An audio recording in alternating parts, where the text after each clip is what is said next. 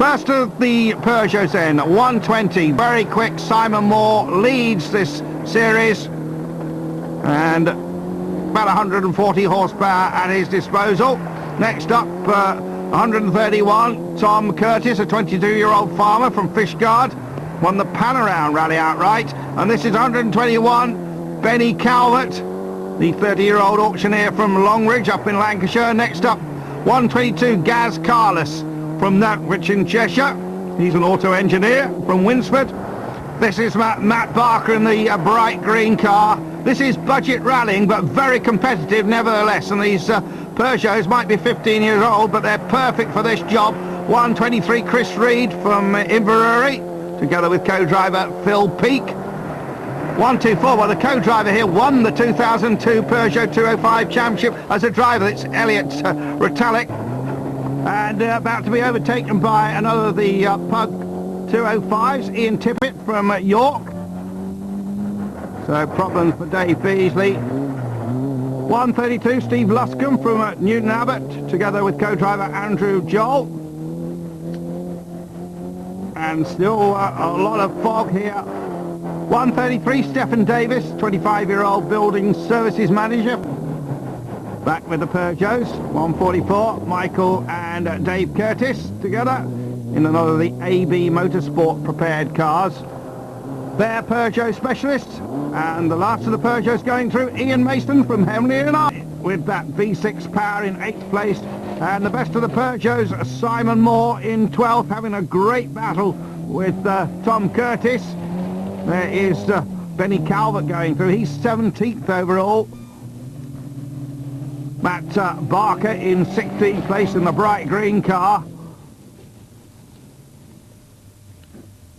124, Alex Evans, the youngster, running in an excellent 21st, 6th of the Peugeot. Stephen Davis going through, 27th overall, 8th amongst the Peugeots. And we go on board with Stephen Davis. A massive accident, just look at this, stay with it. Oh, he's been pushed around like ping pong, but he's got to go off. Unbelievable, how did he save that? He'll never know. And he's going to relive that for years. That was an unbelievable save. Here is Tom Curtis, goes well up in those forests, of course. Simon Moore then continues to lead the Peugeots, just eked out the lead a little bit from Tom Curtis. The next man along is Ben Calvert, with that unusual colour scheme on his car.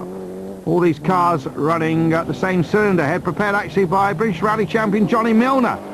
Matt Barker there, his engine I think is about to let go. 18-year-old Alex Evans built this car himself as Alex, very good effort indeed, being coached by Elliot Retallick from the co-driver's seat.